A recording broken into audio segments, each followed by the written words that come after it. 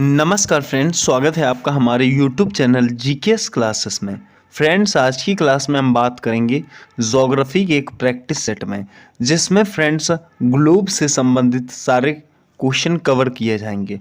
अगर आप ग्लोब नहीं जानते तो फ्रेंड्स हमारी एक वीडियो है जो आपको ज्योग्राफी के अंतर्गत मिल जाएगी उसमें प्लेलिस्ट में, तो फ्रेंड्स वहाँ पर जाकर पहले उससे देख लीजिएगा। तो फ्रेंड्स चलिए वीडियो स्टार्ट करते हैं। इसमें मात्र कितने क्वेश्चन है? 30 क्वेश्चन आपको दिखाए गए हैं और 30 क्वेश्चन में कितने क्वेश्चन कर लेते हैं आप हमें कमेंट बॉक्स में जवाब जरूर दीजिएगा। ठीक है फ्रेंड्स, तो चलिए देखिए पहला क्वेश्चन आपके सामने क्या कहना चाहता है। कह रहा है फ्रेंड्स, भूमध्य रेखा से उत्तर या दक्षिण किसी दिए गए स्थान की कोणीय दूरी क्या कहलाती है? ऑप्शन है प्रधान देशांतर, देशांतर, अक्षांश या इनमें से कोई नहीं। पहले क्वेश्चन का आंसर हो जाएगा फ्रेंड्स अक्षांश। ऑप्शन सी सही हो जाएगा। कहने का मतलब है जो इस प्रकार से खिंची होती हैं लाइनें वो क्या कहलाती हैं फ्रेंड्स? अक्षांश रेखाएं कहलाती हैं, जो उत्तर से दक्षिण खिंची हुई होती हैं। फ्रेंड्स अगर उत्तर से दक्षिण की बात करें तो उत्तर में आपका जो बिंदु होता है वो इंदिरा कॉल होता है। क्या होता है फ्रेंड्स? इंदिरा कॉल होता है। और नीचे जो बिंदु होता है, ऊपर इंदिरा कॉल होता है, नीचे जो बिंदु होता है उसे इंदिरा पॉइंट कहते हैं। ठीक है फ्रेंड्स, क्या कहते हैं? इंदिरा पॉइंट कहते हैं। उत्तरी बिंदु, अगर क्वेश्चन पूछता है उत्तरी बिंदु क्या होता है तो इंदिरा कॉल होता है, दक्षिणी बिंदु क्या होता है तो इंदिरा पॉइंट होता है। ये बात आपको ध्यान रखनी है। चलिए फ्रेंड्स अगले क्वेश्चन की तरफ चलते हैं। देखिए अगला क्वेश्चन है आपके पास क्वेश्चन नंबर 2। कह रहा है निम्नलिखित में से कौन सा वृहत वृत्त का उदाहरण है? कहने का मतलब है वृहत वृत्त का उदाहरण है। तो ऑप्शन है आपके पास, पहला है कर्क रेखा, दूसरा है मकर, तीसरा है भूमध्य और चौथा है आर्कटिक। तो फ्रेंड्स आपको एक बात याद रखनी है, जब आपसे क्वेश्चन पूछे निम्नलिखित में कौन सा वृहत वृत्त का उदाहरण है तो वो है फ्रेंड्स भूमध्य रेखा। भूमध्य रेखा होती है फ्रेंड्स 0 डिग्री पर। भूमध्य रेखा को ही क्या बोला जाता है? विषुवत रेखा भी बोला जाता है, विषुवत रेखा। और विषुवत रेखा में फ्रेंड्स दिन और रात सदैव समान होते हैं। ठीक है फ्रेंड्स, चलिए वहीं बात करेंगे फ्रेंड्स क्वेश्चन नंबर 3 की। क्वेश्चन नंबर 3 जो है आपसे क्या कहना चाहता है उस पर बात करते हैं। ध्रुवों की तरफ जाने पर अक्षांश रेखाओं के व्यास की प्रकृति कैसी होती है?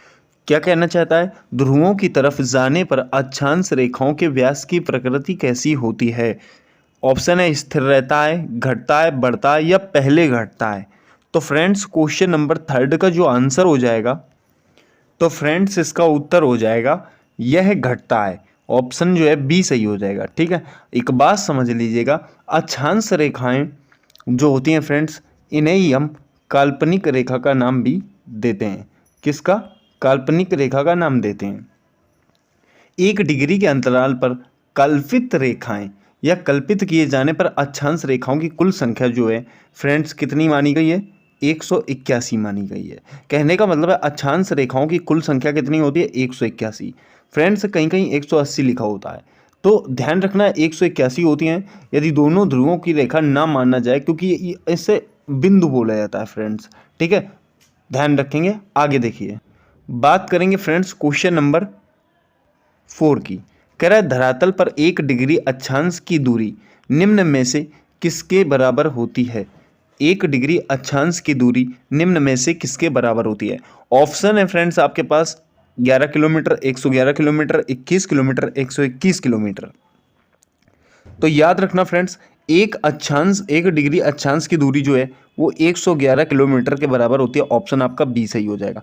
111.23 पूरी होती है। ठीक है फ्रेंड्स, चलिए आगे बात करते हैं। बात करेंगे फ्रेंड्स क्वेश्चन नंबर 5 की। क्वेश्चन नंबर 5, वह काल्पनिक रेखा जो पृथ्वी को 2 भागों में बांटती है क्या कहलाती है? फ्रेंड्स वह काल्पनिक रेखा जो पृथ्वी को 2 भागों में बांटती है क्या कहलाती है? तो आपके पास ऑप्शन है भूमध्य रेखा, कर्क रेखा, मकर रेखा या इनमें से कोई नहीं।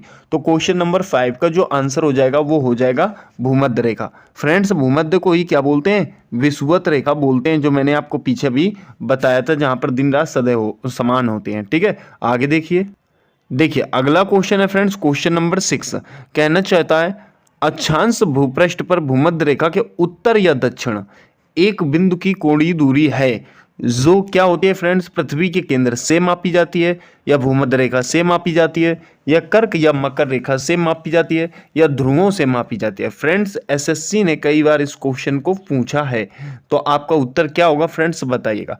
तो याद रखिए क्वेश्चन नंबर 6 का जो आंसर हो जाएगा वो भूमध्य रेखा से मापी जाती है। कहने का मतलब है अक्षांश भूपृष्ठ पर भूमध्य रेखा के उत्तर या दक्षिण एक बिंदु की कोणीय दूरी भूमध्य रेखा से मापी जाती है। ऑप्शन आपका बी सही हो जाएगा। ठीक है, चलिए अगले क्वेश्चन की तरफ देखिए। क्वेश्चन नंबर 7, क्वेश्चन नंबर 7 दोनों ध्रुवों को जोड़ने वाली वह काल्पनिक रेखा जो भूमध्य रेखा को समकोण पर प्रतिच्छेद करती है क्या कहलाती है।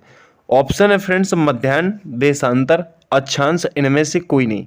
क्वेश्चन नंबर 7 का जो आंसर हो जाएगा वो हो जाएगा देशांतर। क्या होता है फ्रेंड्स, दोनों ध्रुवों को जोड़ने वाली काल्पनिक रेखा को हम क्या कह सकते हैं, जो प्रतिच्छेदन करती है समकोण पर, उसे हम देशांतर कहते हैं। ठीक है, आगे देखिए। क्वेश्चन नंबर है 8 दो देशांतर रेखाओं के बीच की दूरी निम्न में से किस नाम से जानी जाती है। तो आप देखिए ऑप्शन है बेल्ट, गोरे, काले, समय, पेटी। तो फ्रेंड्स दो देशांतर रेखाओं के बीच की दूरी को जो है हम क्या कहते हैं, तो गोरे कहते हैं। ऑप्शन बी सही हो जाएगा। ठीक है फ्रेंड्स, ऑप्शन कौन सा सही हो जाएगा, बी सही हो जाएगा। दो देशांतर रेखाओं के बीच की दूरी को गोरे कहते हैं।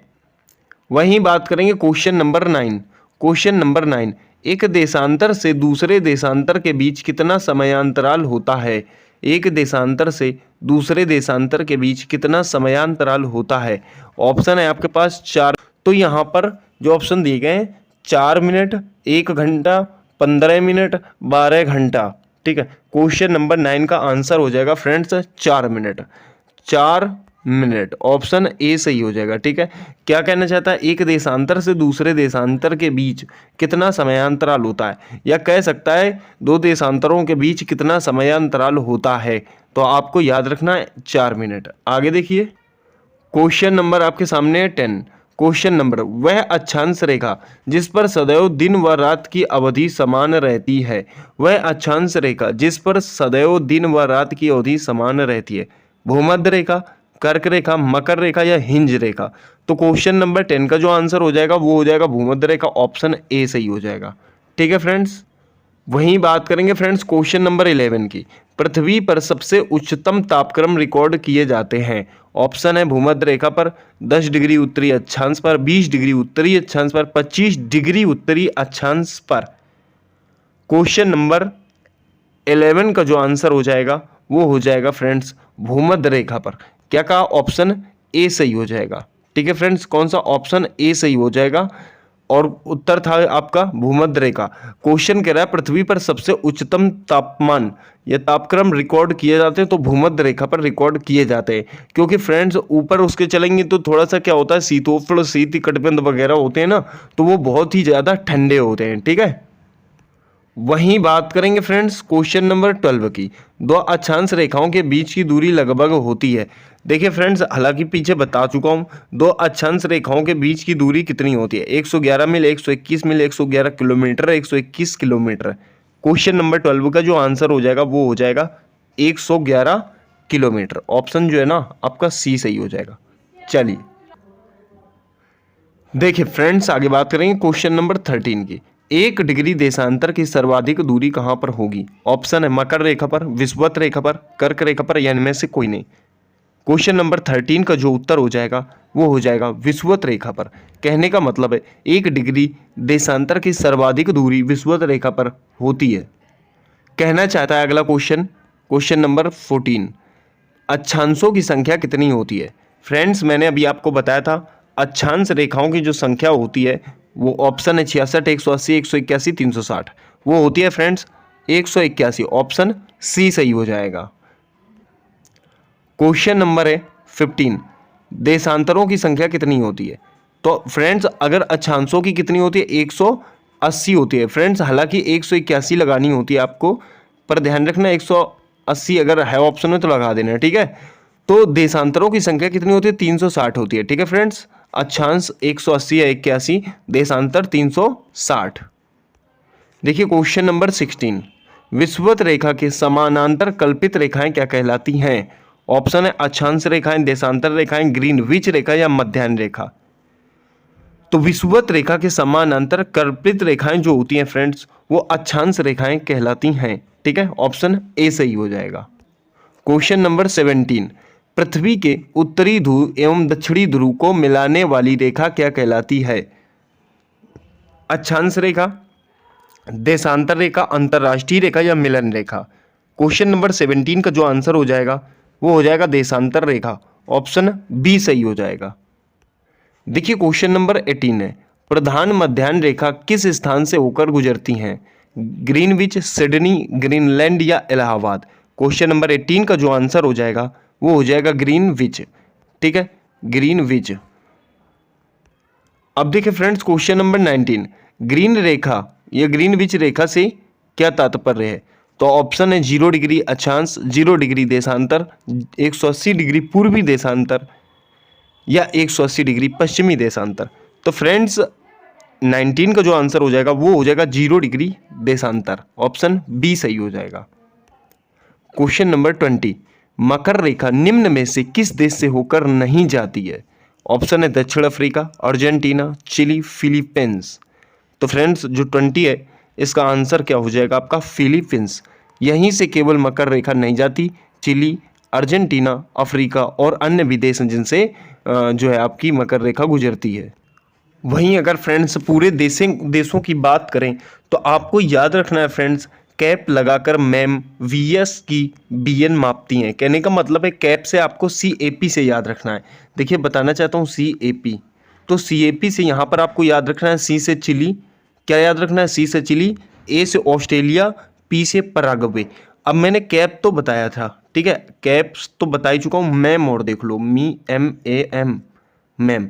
तो मैम की बात करें फ्रेंड्स तो एम से पहले हो जाएगा मोजाम्बिया, एम से मोजाम्बिया, ए से अर्जेंटीना और फिर अगले एम से मेडागास्कर। फिर देखिए फ्रेंड्स एक आ गया मेडागास्कर के बाद आपको देखिए वीएस की बात करें, वी से बोत्सवाना हो जाएगा, एस से आपका साउथ अफ्रीका हो जाएगा। दो और बचे फ्रेंड्स, BN मापती हैं। बी से आपको ध्यान रखना है ब्राज़ील और एन से ध्यान रखना है आपको नामीबिया। तो कितने फ्रेंड्स हो गए, कितने हो गए? अगर क्वेश्चन पूछता है आपसे कि भाई कितने देश हैं तो 10 है। कितने हैं फ्रेंड्स? 10। कहने का मतलब है मकर रेखा जो है ना 10 देशों से होकर गुजरती है। देखिए 3 तो ये हो गए, ये वाले 3 3 6 और 2 8 और 2 ये 10। ठीक है फ्रेंड्स, और इसमें फिलीपींस नहीं था। चलिए देखिए क्वेश्चन नंबर है आपका 21, पृथ्वी 1 घंटे में कितना देशांतर घूम लेती है? पृथ्वी 1 घंटे में कितना देशांतर घूम लेती है? 12 डिग्री, 15 डिग्री, 18 डिग्री, 20 डिग्री। तो क्वेश्चन नंबर 21 का जो आंसर हो जाएगा वो हो जाएगा 15 डिग्री, ऑप्शन बी सही हो जाएगा। ठीक है फ्रेंड्स, चलिए देखिए क्वेश्चन नंबर जो है आपका 22, दक्षिणी ध्रुव का अक्षांश है, दक्षिणी ध्रुव का अक्षांश है 70 डिग्री, 80 डिग्री, 90 डिग्री, 100 डिग्री। तो फ्रेंड्स दक्षिणी ध्रुव का जो अक्षांश है वो 90 डिग्री है, ऑप्शन सी सही हो जाएगा। देखिए क्वेश्चन नंबर आपके सामने 23, निम्नलिखित में से किन देशों के समूह से भूमध्य रेखा गुजरती है? किन देशों के समूह से भूमध्य रेखा गुजरती है?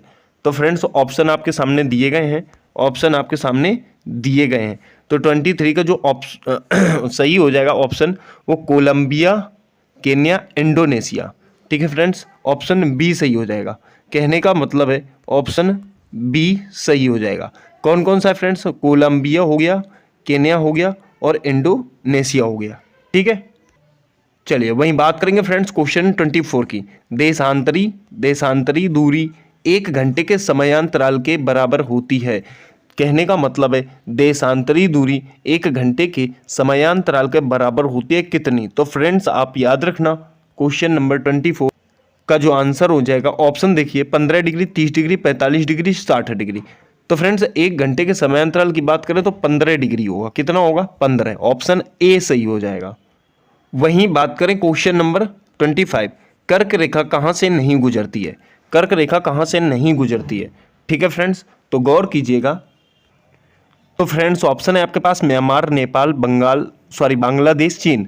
आपको एक बात याद रखनी है फ्रेंड्स, जो कर्क रेखा है ना वो 18 देशों से गुजरती है। कितने देशों से? 18 देशों से। इसमें अगर बात करें क्वेश्चन नंबर 25 में, तो केवल नेपाल ही एक ऐसा देश है जहां से नहीं गुजरती है, नेपाल से नहीं गुजरती।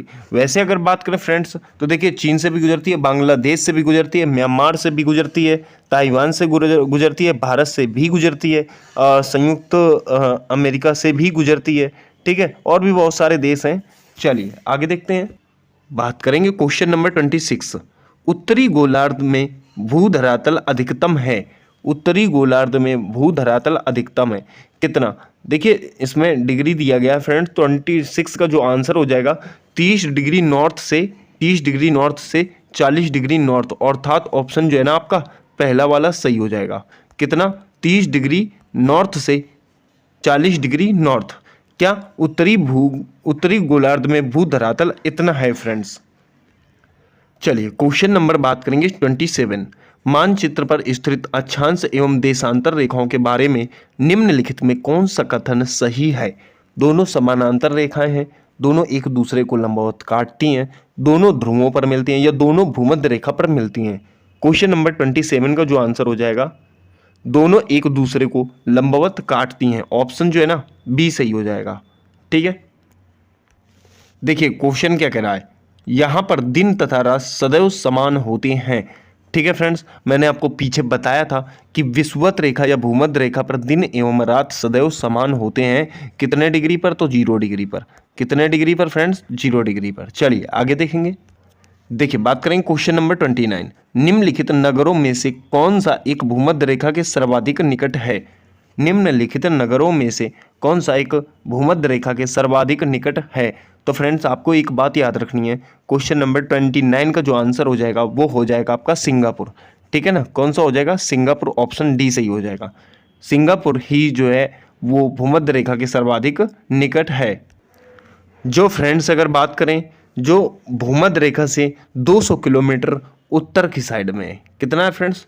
तो दूरी भी याद रखना, लगभग 200 किलोमीटर किधर है? उत्तर की साइड में है। ये बात आपको याद रखनी है, उत्तर ऊपर होता है, मैंने तो फ्रेंड्स सिंगापुर की तरफ तीर लगाया है। ठीक है, चलिए बात करेंगे फ्रेंड्स क्वेश्चन नंबर 30 की। क्वेश्चन नंबर 30 क्या कहना चाहता है? भूमध्य रेखा निम्नलिखित में से किस देश से होकर नहीं गुजरती है? ठीक है, ऑप्शन है कीनिया, मैक्सिको, इंडोनेशिया, ब्राजील। इसका जो उत्तर हो जाएगा ना फ्रेंड्स वो हो जाएगा मैक्सिको। कहने का मतलब है भूमध्य रेखा की अगर बात करें ना तो भूमध्य रेखा जो है ना 13 देशों से गुजरती है। कितने देशों से गुजरती है? 13 देशों से गुजरती है। और दूसरी बात है फ्रेंड्स 3 महाद्वीपों से गुजरती है। क्या? कितने महाद्वीपों से? 3 महाद्वीपों से गुजरती है। ये बात आपको याद रखनी है। ठीक है फ्रेंड्स, आशा करता हूँ फ्रेंड्स आपको समझ में आए होंगे। इसके क्वेश्चन मिलेंगे फ्रेंड्स अगले वीडियो के साथ, तब तक के लिए नमस्कार। Okay friends.